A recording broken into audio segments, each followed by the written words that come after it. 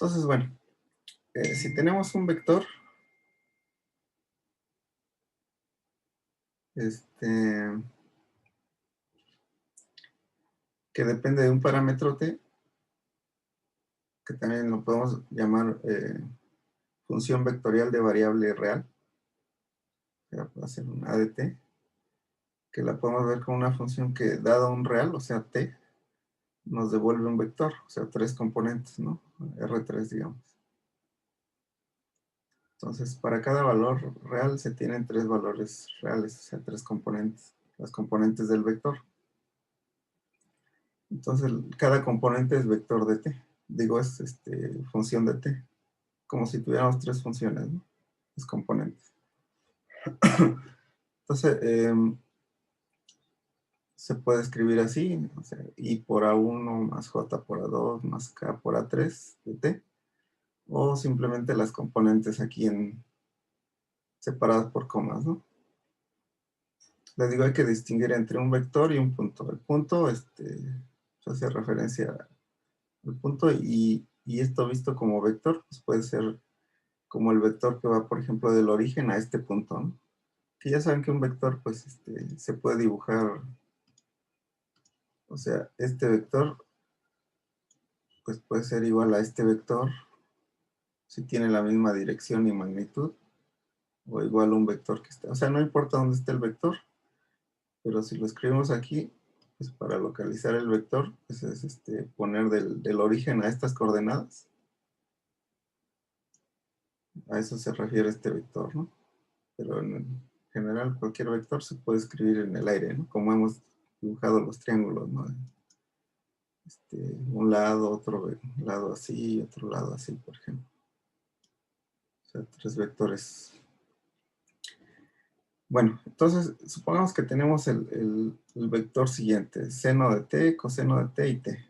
O si quieren escribirlo como seno de t por i más coseno de t por j más t por k. Bueno, este vector, si nosotros variamos t, ¿qué es lo que va a pasar con esto? ¿Qué creen que vamos a obtener? A ver, no sé si han usado, por ejemplo, el GeoGebra o cuál han usado para graficar estas cosas. Pero esto sería, si variamos t desde 0 hasta 2pi, por ejemplo, ¿qué obtenemos? A ver, pensemos en un sistema de coordenadas y vamos a pensar en el punto que está asociado a estos valores. Por ejemplo, el seno de t en 0, ¿cuánto vale? 0, ¿no? Y el coseno de t en 0 vale 1, o sea, estaría por aquí, ¿no? Y t en 0 vale 0, en z sería 0, o sea, sería este punto. Entonces empezamos a darle valores o sea, aquí x sería el seno de t, voy a escribirlo aquí abajo.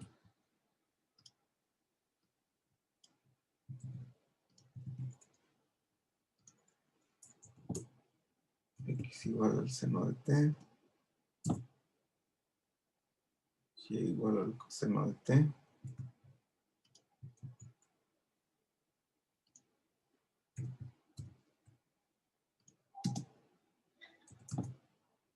y z igual a t.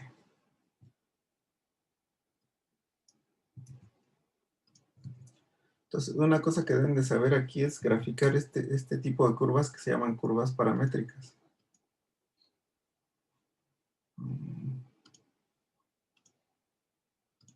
Entonces, busquen un software para graficar esto, ¿no?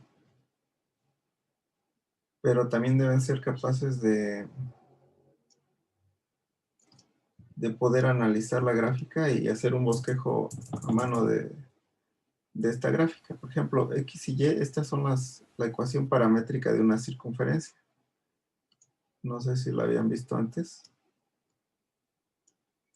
O sea, ¿Sería una espiral, profe? exactamente. Vamos a analizar X y Y. Para el que todavía no lo ha visto, si se acuerda, si esto fuera R, vamos a poner que R vale 1, y este fuera T o teta, Entonces, esta componente X es 1 por el coseno de t. El coseno de t, ¿no? La componente Y de esto es 1 por el seno de t, o sea, el seno de t. Y si variamos t de 0 hasta 2pi, pues nos da una vuelta así, ¿no? Y de 2pi a 4pi otra vuelta, y así se va. O sea, variando t de 0 entre 0 y 2pi, estas dos ecuaciones de X forman una circunferencia. Y ahora si z sale de la pantalla hacia nosotros, aquí t quiere decir que va aumentando siempre, ¿no? Entonces si lo vemos de lado, empezó aquí en Y, ¿no? Este es Y, este es X y Z para arriba. Entonces empieza aquí y empieza a dar una vuelta en 2pi, ¿no? Pero a su vez que va dando vueltas va subiendo en Z. O sea que en 2pi va a terminar aquí arriba a una distancia 2pi, ¿no? O sea, cuando t sea 2pi, X y Z ya dieron una vuelta y Z llegó a 2pi. Si van de 2pi a 4pi, esto va a dar otra vuelta y va a subir otros 2pi. ¿Sí? Entonces, si ubican el análisis, es una espiral. Todos estos puntos, así, tienen asociados un vector, ¿no? El vector que va del origen a cada uno de estos puntos. Entonces, imagínense que esta ecuación es la ecuación de una partícula que va moviéndose así, ¿no? Como una elipse, ¿no? Una partícula podría ser en un campo magnético, electromagnético, que va girando debido a la fuerza electromagnética y va avanzando, ¿no? Bueno, entonces, hasta ahí más o menos se entiende la ecuación. Bueno, y queremos calcular, por ejemplo, la velocidad de esa partícula. Entonces, aquí es donde entra el concepto de derivada de ese vector con respecto a t. O sea, el vector de posición, su derivada, por definición de derivada, pero esta a es un vector que tiene 3 componentes. Entonces, lo que vamos a hacer es que este límite, cuando delta t tiende a 0, de a de t más delta t menos a de t, entre a cada una de las componentes del vector, y es como derivar una función como ya sabíamos antes. Bueno, no sé si recuerdan la definición de derivada, que es más o menos esto, para una función. Cuando aquí fuera f, si a fuera una f, es la derivada de una función con respecto a t. Ahora que es un vector, este límite entra a cada una de las componentes, y es como derivar cada una de sus componentes. ¿Sí? Entonces, en este ejemplo, ¿quién sería la derivada de a con respecto a t? Coseno de teta menos seno de teta y cero, ¿no? Derivada de esta a, que es nuestro ejemplo, entre dt. Ahí está. Bueno, derivada del seno es ¿cuánto? Coseno. Es el Coseno. derivada del coseno Menos Menos seno. menos seno. Y derivada de t, 1. 1. 1. Esto que nos queda es un nuevo vector, es el vector de velocidad de esta partícula que está girando así. A ver, vamos a pintarlo de otro color. Vamos a ponerlo de verde, por ejemplo. Fíjense, digamos, si aquí en este círculo que está aquí, esta es la posición en XY, ¿quién sería ahora el nuevo vector de posición para este? Sería coseno de t menos seno de t. O sea, si este era el coseno, ahora va a estar, digo, era el seno, no, está al revés, ¿no? Está al revés esto empezaba a girar desde acá, ¿no? Lo dije mal. Empezaba en esta posición. Bueno, aquí sí lo dije bien. Empieza en Y y empieza a dar vueltas, ¿no? Bueno, resulta que en este punto, entonces el vector sería el coseno. A ver, vamos a hacer lo siguiente. Vamos a hacer el producto punto entre este vector, bueno, las dos primeras componentes y las componentes de aquí. ¿Cuánto nos da? O Pues este es un nuevo vector, llamémosle vector B de velocidad. Lo voy a poner en mayúscula. Y hagamos el producto punto ¿Cuánto les da? Nada más la componente en X y Y. Pues coseno por seno, coseno por coseno. Nos va a dar 0, ¿no?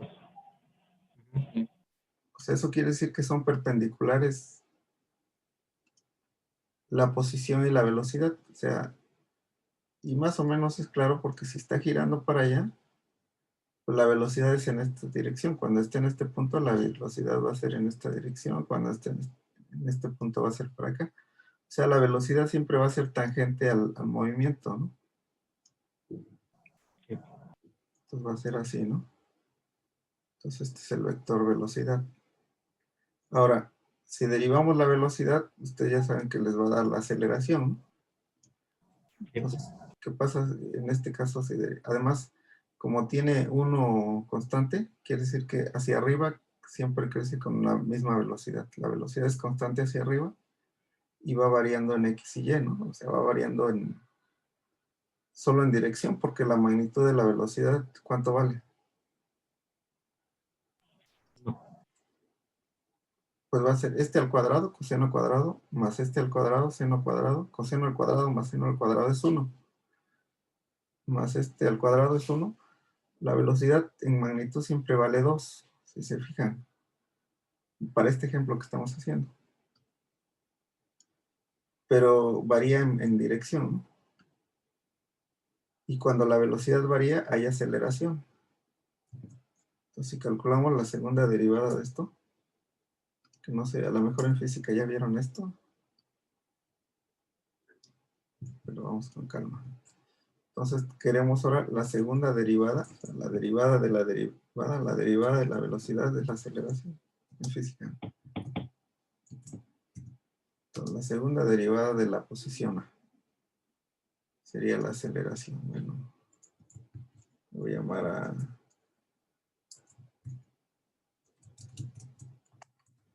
Le llamé al vector original, ¿no? Debí haber llamado R. Entonces, la segunda, o sea, la derivada de esta, derivada del coseno, menos seno. Y derivada del seno es el coseno, ya tenía un signo menos. Y derivada de 1 es 0. O sea, no se acelera hacia arriba este movimiento. Aceleración en Z es 0. Pero en X y Y sí se acelera. Y si se fijan, esto es lo mismo que teníamos al inicio, seno y coseno, pero con signo negativo. ¿Eso qué quiere decir? Que en este movimiento de este ejemplo, voy a borrar estos círculos. Ya borré todo.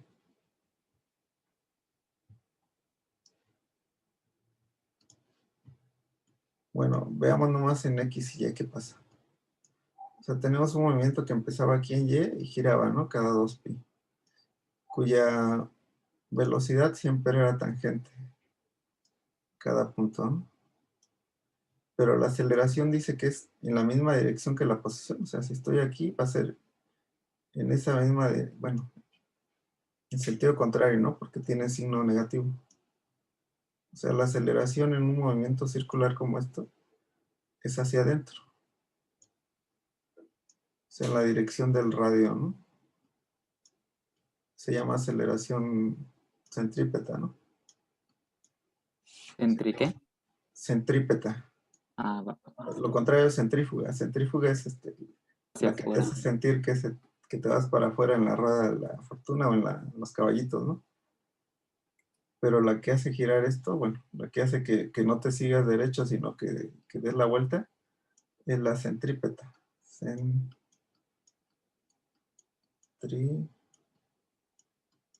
La que te hace ir para afuera es centrífuga, ¿no? La de la lavadora, ¿no? La que exprime ahí. Y centrípeta es una fuerza hacia adentro que te hace girar. O sea, si tú vas así y alguien te hace girar para acá, o sea, hubo una fuerza hacia acá que se llama aceleración centrípeta. O sea, hacia el radio de curvatura, ¿no? Este es el radio de curvatura. Entonces, bueno, básicamente Es el primer tipo de diferenciación vectorial que vemos, la derivada de un vector que depende de solo un parámetro. Entonces, más o menos queda clara lo que es la derivada de un vector de un parámetro t, por ejemplo, una partícula que se mueve en el tiempo, una mosquita, por ejemplo, que va ahí dándole lata. Entonces, esa mosca tiene un vector asociado de posición con respecto a un marco de referencia, a un origen, por ejemplo, la esquina de su cuarto, ¿no? Y entonces la posición está dada por un vector. Ese vector depende del tiempo, varía con el tiempo. Y la velocidad es el cambio de ese vector. O sea, si estaba aquí y se movió para acá, el cambio del vector, la diferencia de este menos este, va a ser este vector. Cuando t tiende a 0, pues va a ser una diferencia cuando apenas se movió poquito. Entonces esa diferencia dividida entre el tiempo es la velocidad, siempre es tangente al movimiento. Si aquí está el vector y luego se movió para acá, pues quiere decir que la velocidad es en esta dirección. Y luego, pues si se movió luego hacia acá, entonces la velocidad va en esta dirección. Esta velocidad también tuvo un cambio, de aquí se fue para acá. Ese cambio de la velocidad, esa diferencia de velocidad se llama aceleración. Y la diferencia de la aceleración pues, también creo que tiene un nombre, pero pues casi ese no se acostumbra a usar, ¿no? Segunda diferencia. Bueno, ¿alguna duda de este tipo de diferenciación vectorial de un vector que depende de un parámetro? O sea, no necesariamente puede ser la posición de una partícula.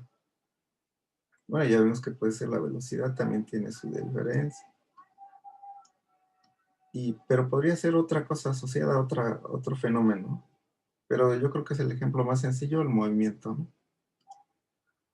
Entonces, ¿aquí alguna duda? No, profe. No, bueno, es el más sencillo. Bueno, continuamos con otro tipo de diferenciación vectorial. Ahora vamos a suponer que en vez de tener un vector solamente que depende del tiempo, tenemos lo que se llama un campo escalar. Vamos a introducir aquí el concepto de lo que es un campo escalar. Entonces, este concepto, ya que vamos a ver qué es un campo escalar. Bueno, un campo escalar va a ser una función de 3 parámetros que devuelve un solo escalar, o sea, la función va de R3, o sea, de un punto en el espacio a un punto en el espacio. A ver, aquí dibujo. Voy a hacer más grande esto. Entonces, estos son los ejes X, Y, Z, ¿no?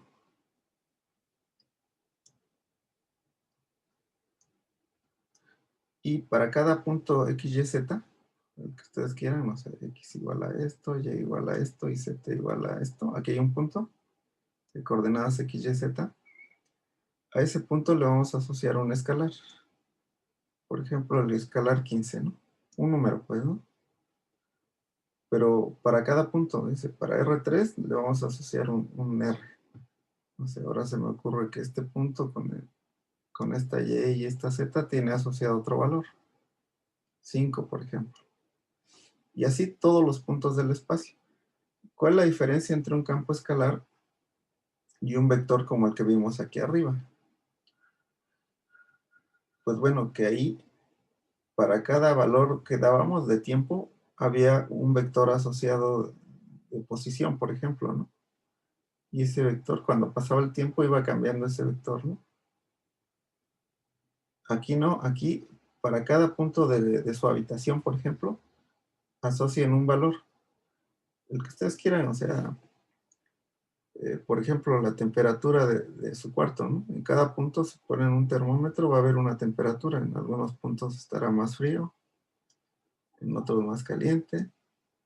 Ahí cerca de su mano, pues ustedes están vivos, están como a 36 grados, 35. Entonces cerca de ustedes va a haber 35 grados, ¿no? Pero toda la habitación tiene asociado un punto, o sea, no hay un punto que no tenga asociado un valor. O sea, lo mínimo que podría haber es un 0, ¿no? 0 grados. Bueno, no se puede alcanzar el 0 absoluto, pero Y es más, hay creo que en el espacio 3 grados centígrados, ¿no? O 3 grados Kelvin, ¿no? Bueno, entonces es un ejemplo de campo escalar. ¿Y qué pasa con... ¿Qué otro campo escalar se les ocurre? Dice, un campo escalar phi es una función de R3 en R. Se ha dado un conjunto X, Y, Z, una posición, se le asocia un valor, por ejemplo, de temperatura. Pero, ¿qué otro campo escalar conocen? ¿Qué otro ejemplo? La presión. La presión, sí, a cada punto hay una presión que depende de la altura, ¿no? Entre más te vas hacia la atmósfera, pues la cantidad de atmósfera que te aprisiona es menor y baja la presión, ¿no? Entre más te acercas al nivel del mar, pues aumenta la presión atmosférica, ¿no? Otro ejemplo. Disminuye, ¿no? Así. Por ejemplo, cuando en química se combinan varios fluidos, la densidad de cada uno podría ser. Ándale. Tienes un recipiente. Entonces, ¿cómo se llama? El vaso de precipitados. Salió muy choco. Entonces aquí dices, voy a combinar, no sé, aceite con agua, por ejemplo. Entonces abajo, pues la densidad va a ser mayor que arriba, ¿no? Arriba se va lo que pesa menos, ¿no? Entonces sí, asocias un valor de densidad, ¿no? Que es un escalar, que es masa entre volumen, ¿no? ¿Qué otro ejemplo de campo escalar tenemos?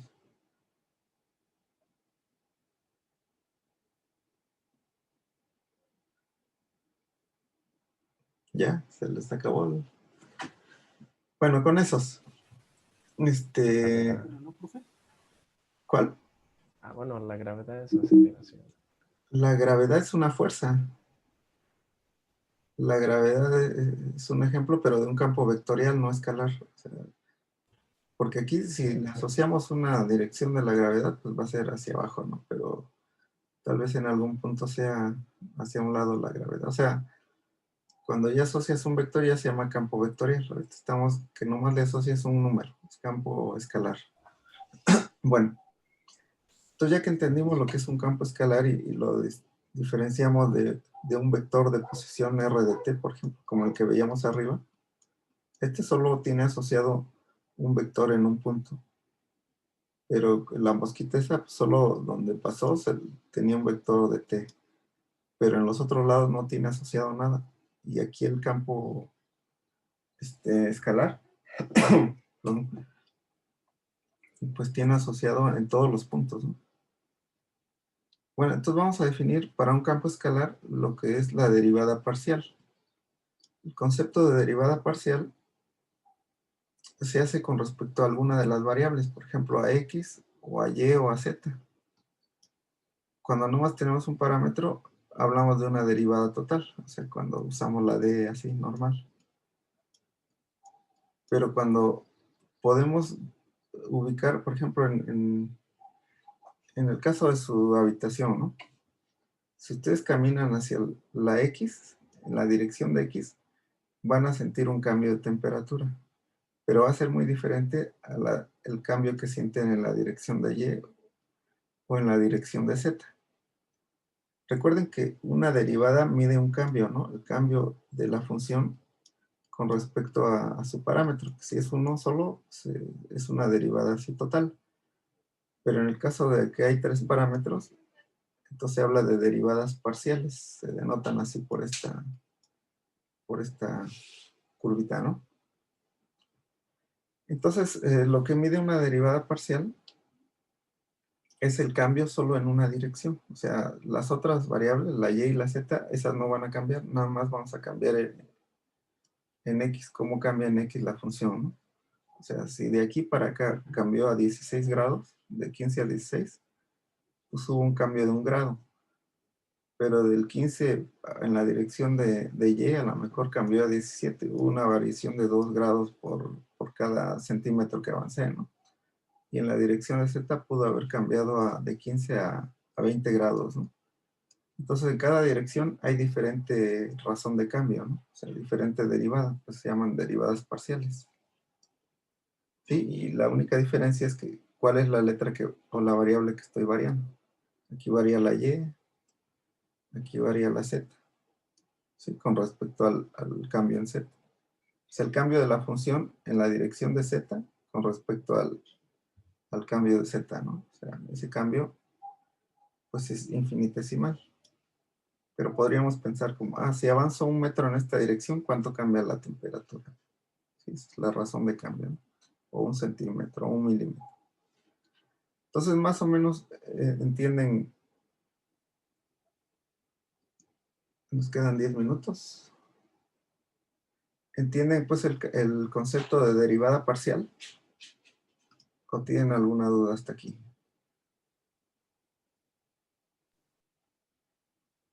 ¿Dudas? ¿No? No, pues yo no entendí.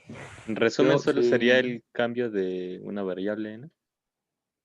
Sí, sí. Ahorita hacemos un ejemplo con números, pero la definición es esta. O sea, para un campo escalar se puede definir la derivada parcial del campo con respecto a alguna variable como, bueno, se denota así, derivada parcial de la phi de x y z con respecto a x como el límite cuando delta x tiende a 0 de phi de x más delta x, y, z, menos phi de x, y, z, entre delta x.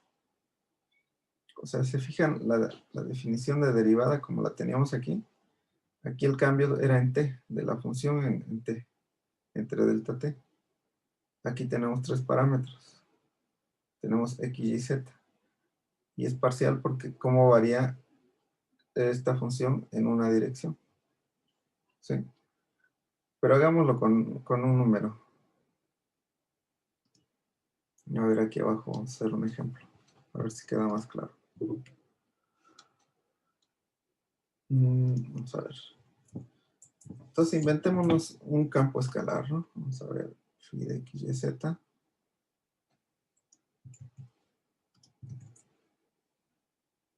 ver, le pongo aquí ejemplo. Entonces, ¿qué podríamos dar aquí? Inventen una función de x, y, z que nos dé un solo valor. Algo sencillo. Por ejemplo, x más 2y más 3z. Entonces esto va a ser un valor, ¿no? Por ejemplo, si x, y, z valen 0, esto vale 0. Si x, y, z vale 1, esto vale 1, 2 y 3. 6, ¿no? Sí. 3 por 1 más 2 por 1 más 1, 6, ¿no? Entonces calculemos cómo varía esta función con respecto a x en la dirección de x, ¿no? O sea, vamos a calcular la derivada, la parcial de X. de phi con respecto a x. O sea, les digo, se denota como está aquí arriba o de una manera más compacta, así, ¿no? O sea, por flojera, pues vamos a usar esta, ¿no? ¿Cuál sería la variación de phi con respecto a x? 1. 1. 1 más 2y más No. 3. Y y z se mantienen constantes. Y y z no varían. Aquí dice que y y z no se les mueve nada. Nomás se varía x más delta x, ¿no? O sea, y y z se ven como constantes. Y derivada de una constante 0. Entonces, la variación de esta función en la dirección de x es 1 solamente. Y lo que les explicaba aquí. Si caminamos en la dirección de x, puede variar 1 grado. Pero en y puede variar 2 y en z 3 o lo que sea, ¿no?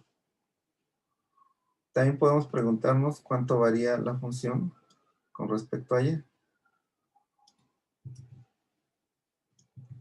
A ver, ¿cuál sería la variación de phi con respecto a y? 2. 2. 2, ajá, así de simple. Y x y z se mantienen constantes. Y por último, la variación de phi con respecto a z. 3. 3. 3. ¿Sí? Pero podemos complicar la función. A ver qué pasa si en vez de esta función hubiéramos tenido, a ver, x por y más 3 X cuadrada. Así, por ejemplo, ¿no? ¿Qué hubiera pasado? La variación de phi con respecto a X, ¿cuánto da? Y. Y. Nada más. Y más Más 6X. 2XZ. Y es más. ¿Más cuánto? Más. Más 2XZ. 6X. Ah, no, 6XZ, perdón. 6XZ. Efectivamente. La derivada de la función con respecto a la dirección de X. Da esto, ¿no?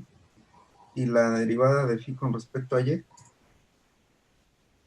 X X más solamente. 0. Más 0. Bueno, X nada más, ¿no? Ey. Y con respecto a Z. 0 más Z. Más 3X No. cuadrada. 3X cuadrada, ¿no? Sí, Ah, operativamente sí, es ya cierto. están entendiendo cómo funciona esto, pero esto no es un vector, ¿eh? Es un campo escalar, se llama. ¿Sí? O sea, aunque tengamos aquí que depende de 3 variables, o sea, para cada punto en el espacio va a tener asociado un valor. Y lo que podríamos hacer es, si tenemos la variación en las 3 direcciones, con esa variación podríamos calcular un vector, ¿no? Que es que más adelante vamos a ver que se llama gradiente ese vector, ¿no? Y la suma de esos, pues nos da también un vector, ¿no? Bueno, hasta aquí alguna pregunta. Les digo, esto se puede complicar. Por ejemplo, si hubiéramos puesto aquí seno de X por Y, pues ya calculamos otra derivada, ¿no? O sea, bueno, lo voy a dejar así este ejemplo, ¿no? Qué hueva, dice. Entonces, hasta aquí alguna... Profe, yo tengo una duda. Sí, dime. En la variación de Z, ¿por qué no se deriva? Como en la variación de X. ¿Esta? Sí se derivó. Y ahí.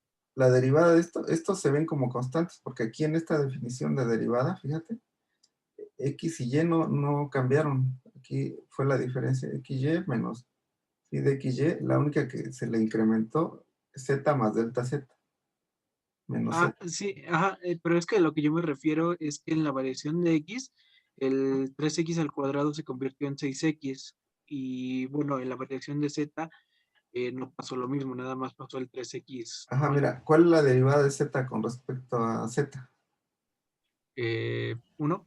1. Pero esto se ve como una constante, ¿no? Entonces tienes 5Z, la derivada de 5Z es 5, ¿no? Queda nada más la constante, ¿no? Ah, ok, sí, profe, gracias. Esta constante.